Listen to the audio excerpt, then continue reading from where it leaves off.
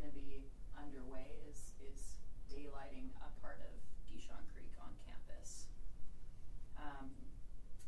Yeah, and sort of in conjunction with the daylighting of the creek is the proposal of this new Circa building that will be sort of the flagship building for our program as well as our other renewable resource programs at BCIT. Yeah, so I don't know what else to say on that. You want to add? Yeah. How do you daylight it? Like, are you? Oh, So, do you want to speak about yeah, yeah. The plan is, it's in the campus master plan, and so they didn't want to daylight until they figure out where the building's going to go, because these parking lots are all going, and as these old buildings are torn down, they're going to be replaced there. But now they've got the plan, so basically it's going to weave down this street, a few curves over, leave the solar panels. Bring it down a bit. And then where the Circa building, so we have a building here, the Circa building's going to be right in this corner here, and the creek is supposed to come around this way and then be a front to the building and more of a gathering center, and bringing this as a major entrance into the campus rather than everything from Williams. So I think the Circa building is right here. Right now we're just housed in this one, so it's going to be daylighted through this neck of the woods. And so the salmon will then be able to swim all the way along. How far can they go beyond that? Well, they can swim, if we go to the top, they can swim right up the moss crop. Oh. And there are some restoration efforts that were completed in 2011. Yeah, if you scroll up, you can see the work that's been done at that in point. anticipation of that. Mm-hmm. And that really is at Moss Crop the extent of where they can reach. There is a very large culvert there, which is City of Burnaby property. That would be a considerable effort to replace that with some sort of fish. Yeah, so there's moss crop. So right here, the culvert under there that would involve tearing up all the moss crop and putting that in. And so basically, BCIT is not going to do Burnaby's culvert work for them, and Burnaby doesn't have a huge amount of interest in doing it. So I think this will be the northernmost interest. But it'll be a nice sort of forested area there that they will be able to spawn and reproduce. And we can make that happen. That'll be the only campus in North America that has salmon spawning.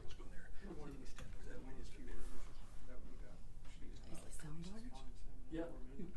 Well, yeah, I mean, the Lower Mainland's rare enough, but in terms of post-secondary, to have to be teaching this and then be able to go in the fall and look at spawning salmon is pretty interesting. So there's resident cutthroat trout and then there's chum that would return.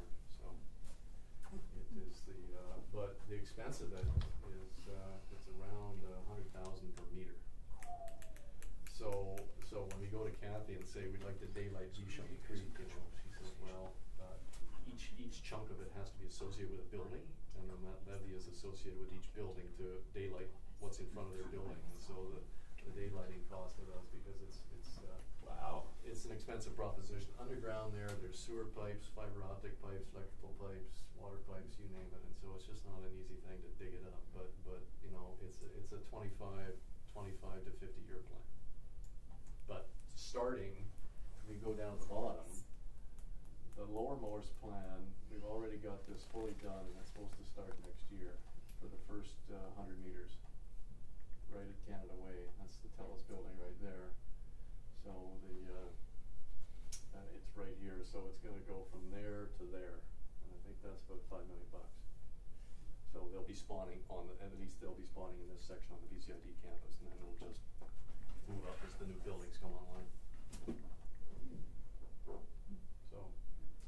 that's and Judith Guichon, the Lieutenant Governor, who this is her great-great-grandfather, used to have a fishing camp in the bush up here, so that's what the creek's named after. And so wow. She's personally came here, and her and the president committed that this will happen. It's going to take a little bit of time and money. But for a learning lab to have VTT College for Restoration here while this is underway and having spawning salmon that's great. restoration, I mean, that's the upside of it, is that the students will all be involved in it. As a student, that'd be great. Yeah. And to bring it back into such a highly modified environment, if we can restore that, and it really sets the stage that what we shouldn't be. We shouldn't have too many stumbling blocks to restore others that are not so incredibly urbanized here. You know, you're restoring salmon back to asphalt. Yeah. And that's a huge statement. And so on that urban theme, John, because I know you're getting your ear bent over that on the fish kills in Wag Creek, one of our master students who couldn't be here because she just went back to Iran, we sampled what was running off this parking lot, and you wouldn't believe it. I mean, it's lead, so it's copper and zinc and hydrocarbons. And so her master's thesis was looking at a bunch of columns where you'd dig up that line of cars, and that would become an infiltration gallery there. And she looked at putting biochar in there and mixing it with sand, and then looking about how effective that was at removing copper and zinc and hydrocarbons. And it turns out it's amazingly effective. And so the next I'm not surprised that you'd have to probably replace it every once in a while. Yes, at some point it gets saturated. So there's a lifespan for it, and so she did that with repeated, and it looked like it would be around 3 or 4 years. So you'd build these infiltration galleries, put in that mix, and basically they would act as filters for non-point source urban runoff that would protect things like Wag Creek. And this would be, we want to go to the Union BC Municipalities meeting, give this presentation. The municipalities can start doing this where they're having these sort of stream toxicity issues, and it sort of gets worked into the integrated stormwater management plan. That the first step was to have an infiltration gallery, but then the next step is now what do you put in the infiltration gallery to actually capture the pollutants? That's pretty simple. You just mix the stuff up, throw it in there. After 5 years, you dig it out and recharge it. Or probably just something insertable themselves. Yeah. And it's just a layer. And rather than buying biochar, which is expensive, her idea is to take blackberry, knotweed, all these plants that we don't like, and you burn them without sufficient oxygen, so you turn them into char. And that's what you use in it. So you actually not having to buy granular activated charcoal. You're making your own by converting knotweed and hogweed and blackberry invasive species plants into the carbon source. You can buy a gasifier or something. So we need. I think the Lower Mainland needs a gasifier, and so maybe we can get a pilot one going at BCIT here, which would be the logical place to try it, and then start using it as a local biochar source. It's good for gardens. It's good for anything because it just attracts so many. It's got so many surface active sites on it. Yeah. Very cool. No. Very cool. So that's 10 to 12. Is that time's up? Yes. Okay.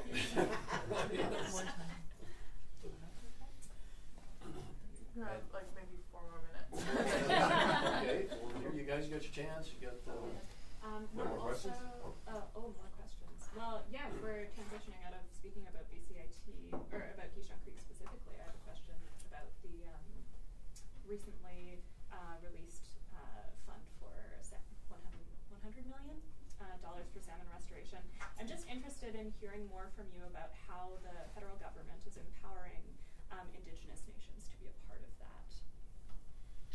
So there are a bunch of different things. I mean, there's a separate program associated with the Coastal Restoration Fund that is focused on First Nations.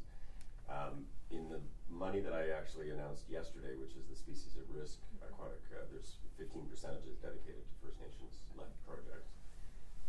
In the context of the Salmon Fund, certainly when the criteria come out, because they are still under negotiation with the province of BC, there will definitely be an emphasis on First Nations involvement, and certainly projects that have First Nations involvement will have some additional weight.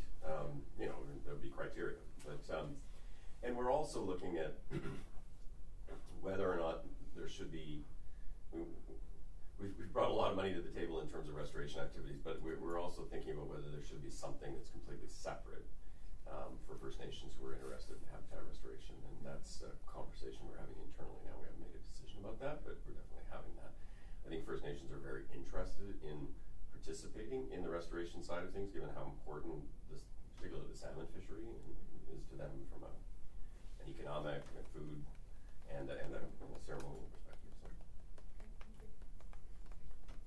The First Nations issues obviously are complex in BCA because there's so many different groups and overlapping claims. And I grew up in Saskatchewan; it's not even remotely close to the same thing. I was up on the Fraser or up on the Adams River during the Sockeye Run, and it was interesting because when you talk to a lot of the DFO staff up there, they talk about the fact that a lot of the local First Nations up there are very angry about FSC allocations because the nations at the mouth of the Fraser actually have higher FSC allocations than they do, and just that whole dynamic is a very complex one because you've got to try to ensure that you're treating everybody fairly. Yeah, it's the most complex, and all the First Nations I talk to that want to do the restoration, as soon as you say you give them a bunch of money, they're capacity limited because they don't know what to do. Right. And so that's what I've been trying to do, and Doug and I have been working on having a First Nations training program here, which mixes traditional ecological knowledge with Western science, so they can build their own capacity, because they get tired of hiring consultants to tell them what to do. So, and I think that's totally on point. I mean, I think building capacity is critical, and it's critical for fisheries, but it's also critical for some of the terrestrial stuff. Like you and I talked about the maternal penning stuff on caribou, right? I mean, some of the bands, it's Soto that actually I think has the maternal penning operation. Soto and Casey Dene. Yeah. They've kind of learned that over time, but you know, if you're going to actually do caribou recovery more generally in other areas in BC, you actually do need that kind of knowledge in terms of how do you actually do that, because it's not straightforward. No.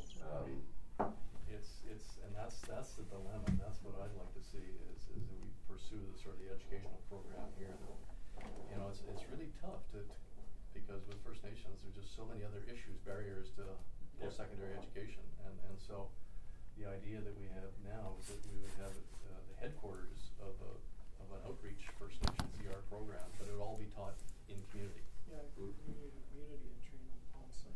Because they don't want to come here. Yeah. Right. It's too far. And you do it in person, or you do it by in person? In person. We would take each year when we're graduating 50 students each year. We'd sort of pick like the top 15, hire them for the next 6 months, and they would go out and we'd probably try and run 3 parallel programs: one in Vancouver Island, one in the Lower Mainland, and one in the country. Yeah. And then we met with Wayne Hand, who was in here this morning, and BCIT.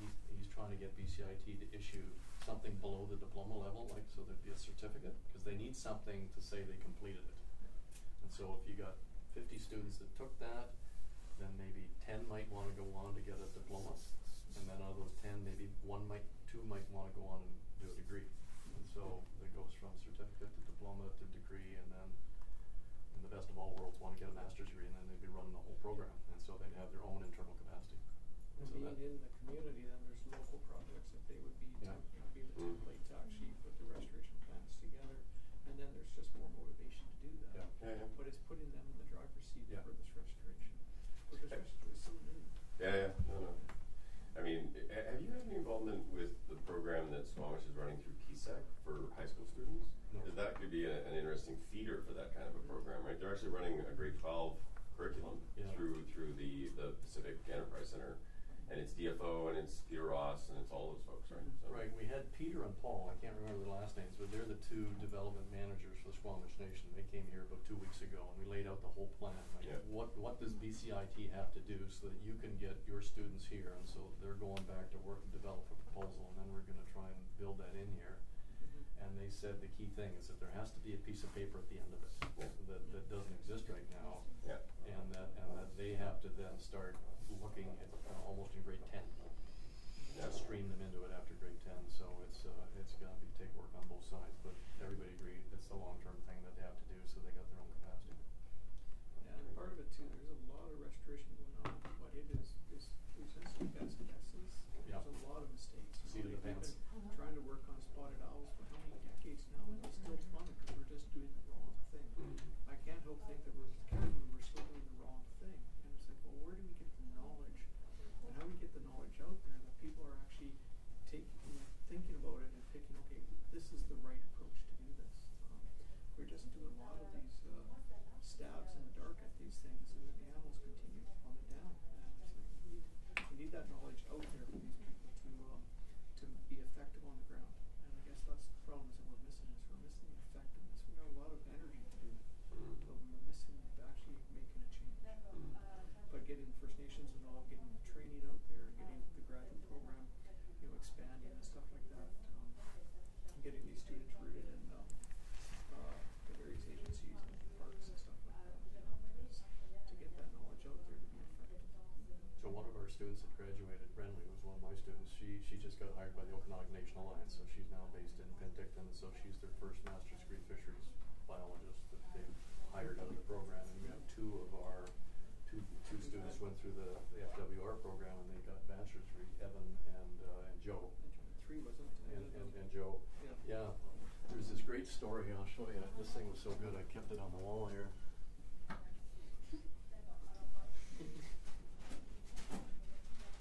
This guy used to work in a warehouse, stacking boxes. Probably handsome. And that's Joe.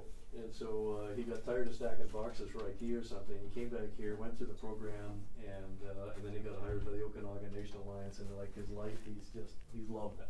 Yeah. Hunting and fishing in the Okanagan, and he's their main man now.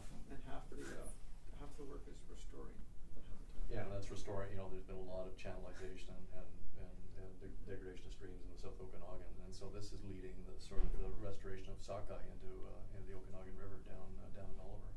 So it was a great story. So Joe's a great spokesman. Very photogenic and great article. Nothing fishy He's a about great him. guy. He's Cool. Do we have time for one more question? Sure. Has to have One one more? there. Sure. One more. But I don't feel like I can articulate it that well. And May and I were talking about it earlier, and I want you to ask me. You're gonna ask me to ask. I'm gonna ask you. Yes, I am, because you can articulate it much better than I can. And then it was your question, and I don't want to steal it. But I want to hear the answer, so I'm forcing me to ask. Go for it, May. Oh, great. This is every girl's dream come true. You spoke about baseline data for the southern resident killer whale population that was 40 years old. Are you aware of any extant data sets that are older than that? It seems like that's a relatively recent historical data set. Yeah, so I mean, I think there are some data sets, but certainly the ones that are actually most often used and probably have the greatest basis in terms of science are the ones that are used by Andrew Trites from UBC, which is typically the 40, 50-year horizon. But I'm sure there are, at least anecdotally, you know, I mean, the one thing I didn't say in there in terms of the southwestern killer whales, the other challenge that they are facing is in the period where we actually allowed the capture of wild cetaceans, there were quite a number of them that were taken. And of course, there was nothing selective about whether you took a male or a female. And so there is an imbalance between males and females even in the remaining 74, which creates its own problems. And that's unfortunately something you can't take back, right? But it's interesting. I mean, you look at the south resident killer whales, and they have been declining. Although, you know, as I say, the numbers, at least in the last 40, 50 years, have never been very high. But they're low now, even in the band. But if you actually look at the north residents, they're growing. Yeah. Significant. They're over 350 now. And the transients have been doing fine too. They're eating all those fat seals. Yeah, and they're eating the seals. I mean, maybe if the south residents ate seals, it would be a different conversation. But clearly there's something different going on with the south residents, and part of it is diet. Part of it is the extent to which there's traffic, because the north residents see less of the shipping traffic. And part of it is the waters that they live in are probably cleaner. You know, Puget Sound is not a particularly clean environment. That's where we need more of this to prevent all this Absolutely. dumping stuff out. Perhaps even the demographic shift that you And the demographics. mentioned is playing a role in their gene flow. Yeah, and in so fair enough. But I think there's you know, we see, you know, those two that the one in particular that died last year. I mean, it was emaciated, right? But the question that we still haven't fully answered is, was it emaciated because it couldn't find enough Chinook, or was it emaciated because it actually had a parasite? We knew it had a parasite because they did fecal samples. But was the parasite behaving differently because it had too many contaminants in his body and it couldn't fight it? Yeah. We've learned recently about the offloading strategy that female killer whales will use to get those contaminants out of their body and unfortunately into their firstborn. Right. And maybe that explains, you know, why we haven't had great success lately in calves. And we have one right now, you know, touch wood, that it survives past the early stage. We actually have 6 North Atlantic calves right now. That's great news. Which is fantastic. That's great news. So yeah, but the thing was, I mean, it was only in the 1960s people were shooting killer whales with 50 caliber guns down Saturn Island. So I mean, we've come a long way. We've come a long way. In a relatively short period of time. But it is, I mean, it's a big challenge. Yeah. For sure. I'm going to get killed by my staff. So I guess soon, Thank so. you for taking Yeah. the time. Thank you very much. Thank you. Thank you. Jonathan. Not at all. Can we make this an annual event? He's never coming. Easier than being a obstacle. I had a meeting a couple of days ago with Popham and Donaldson via video conference, and at the end they said, well, given some of these issues we're working on are fairly pressing, can we do this on a weekly basis? And I said, sure. And then my staff, Weekly. just for the next couple of months, and I sent a note back to my staff. No. Monthly. Didn't freak out. Laura sent me a whole bunch of really nasty things, so yeah. Weekly might be a bit much. All right, are we doing this here? Yeah, I think so. I think it's probably Okay. Should we get out of here then, so you can? Do you mind, or just doing a quick? Let's Yeah, no get out problem. of here. Thank you. Thank you very much. Thank you. Oh, There's a 3 meter. Thank Thank you very you. much. Nice to meet you.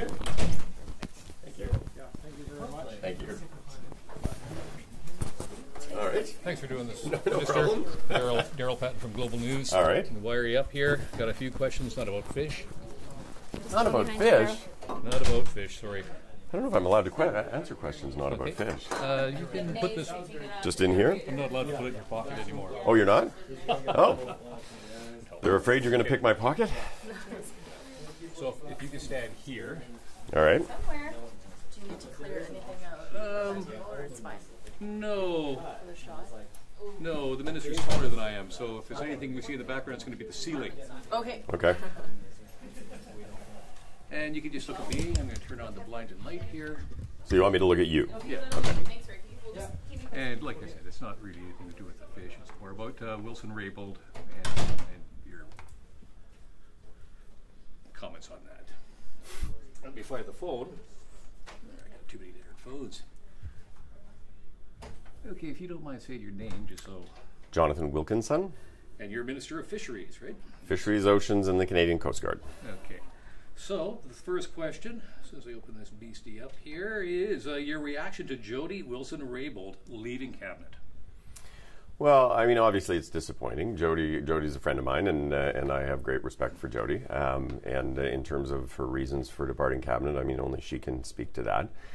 It's disappointing, but whenever somebody leaves Cabinet, I continue to be very supportive of the government and the Prime Minister. I think we're doing good things for Canadians, making progressive change, which is why I decided to run in the first place. That said, is it damaging to the Liberals?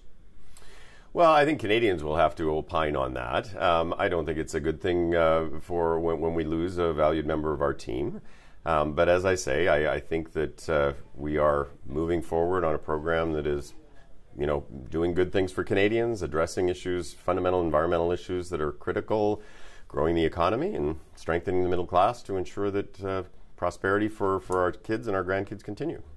What do you say to Wilson-Raybould's supporters? Well, again, I mean, I would tell you Jody's a friend of mine, and Jody and I have always had a great relationship, and we will continue to do so, I'm sure, going forward. I think that Jody made her decision based on her own set of reasons, and she will speak to that, I assume, in due course. I continue to be a strong supporter of the government. I think folks that supported Jody and may continue to support Jody supported the agenda of the government, and I think most of them are committed to progressive change, as I know Jody is. And so my assumption would be that they will continue to support the work we're doing on climate change and on biodiversity and on growing the economy and on pulling people out of poverty and doing things that I think most Canadians think are important. There are some reports that say Wilson-Raybould challenged the Prime Minister. Yet we don't know what the details are because all of these conversations are confidential. Is that going to be a problem? Well, I don't think so, and I think it depends on what people mean by challenge the Prime Minister. I mean, I sit at the Cabinet table. We have robust discussions every day when we're in the Cabinet meetings. And I would tell you, I used to be a CEO of clean technology companies. I mean, you sit in a management room, you expect people to actually engage in robust debate. If they're not doing it, they're not doing their jobs. So I certainly put my 2 cents in when we're having conversations, as does every other member of the cabinet, and that's what you would expect people to do. Okay. Anything you want to add? Big picture, what you want people to know? I think that that the work of the government goes on. The work of the government is bigger than any one individual. It's certainly bigger than me. It's bigger than anybody else who sits around the table. And we will continue to focus on making progress for Canadians and doing so in thoughtful and progressive ways. And I'm very much proud to be part of the team that continues on. Great. Thanks very much. Great. I'll take that mic. All right. Thank you. So did you grow up in North Vancouver? I did not. I grew up in Saskatchewan. Oh. But I've lived here for 20 years, so. Well, that almost makes Almost makes you, yes. Well, there's a lot of former Saskatchewanians here, too, so. Yeah. You know, I only get out to the prairies from time to time, and it's always so beautiful. You get used to the mountains and the ocean, and when you see, like, fields of wheat, you go, wow. Yeah, you know, one of the great privileges of this job is you get to see so many different parts of the country, and every one of them